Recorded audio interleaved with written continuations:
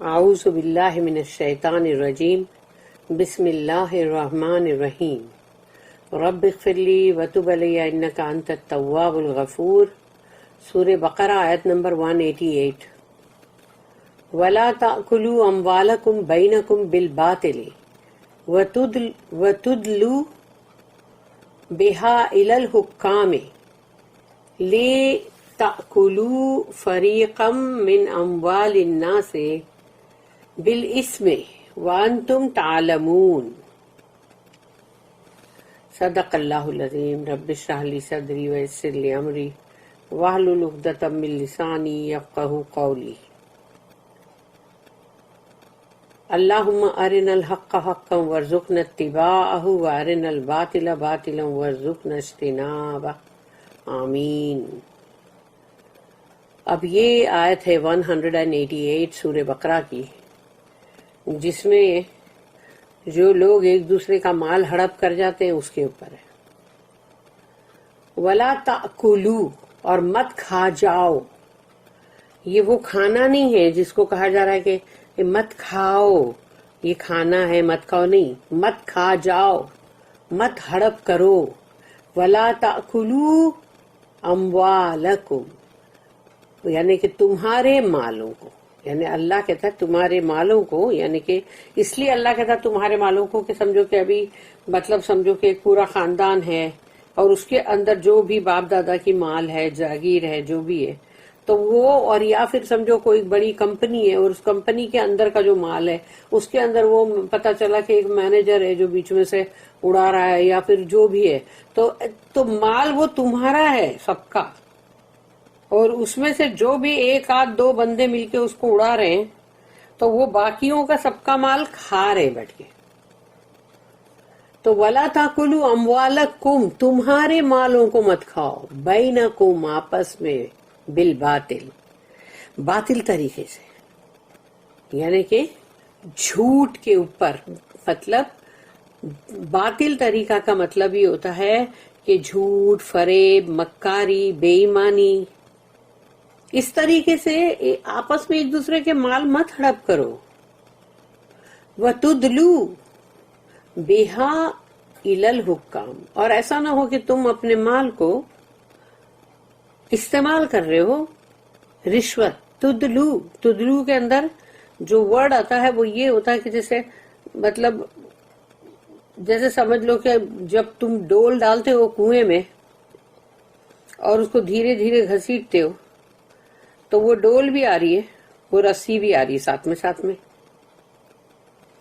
تو اس طریقے سے جب تم اپنا مال تھوڑا سا دیتے ہو رشوت کے طور پہ جج کو یا وکیل کو تاکہ بڑا والا جو مال ہے اس کو تم گھسیٹ کے لے لو، تو تم رشوت کے طور پہ بولتے ٹھیک ہے اب مجھے یہ اتنا 10 کروڑ کا ہے یہ پراپرٹی، تو یہ لو، یہ 5 لاکھ رکھو، تو تم نے تھوڑا سا اپنا ایک مال دیا بڑے والے مال کو گھسیٹنے کے لیے نا۔ تو کنویں میں ڈول ڈال کے جیسے انسان رسی سے گھسیٹ رہا ہوتا ہے تو سمجھو ویسے ہی تم دوسرے کا مال ہڑپنے کی کوشش کر رہے ہو، اور اس کے لیے تم جج جو ہوتا ہے یعنی حکام کا مطلب ہے جو بھی مطلب ججز ہیں ان کو کھلا رہے ہو تم، ان کو یا وکیلوں کو۔ وَتُدْلُوا بِهَا إِلَى الْحُكَّامِ، تو اب وہ جو تمہارا مال ہے یعنی کہ جو تمہارا خود کا مال ہے نا اس کو تم استعمال کر رہے ہو تاکہ وہ دوسرا بڑا مال جو ہے اس کو ہڑپنے کے لیے۔ تو ایک تو یہ کہ باطل طریقے سے مال مت کھا جاؤ ایک دوسرے کا، اور اپنے مال کو خرچ مت کرو دوسرے کا مال کو ہڑپنے کے لیے۔ یہ 2 طرح کی بات یہاں بولی گئی ہے۔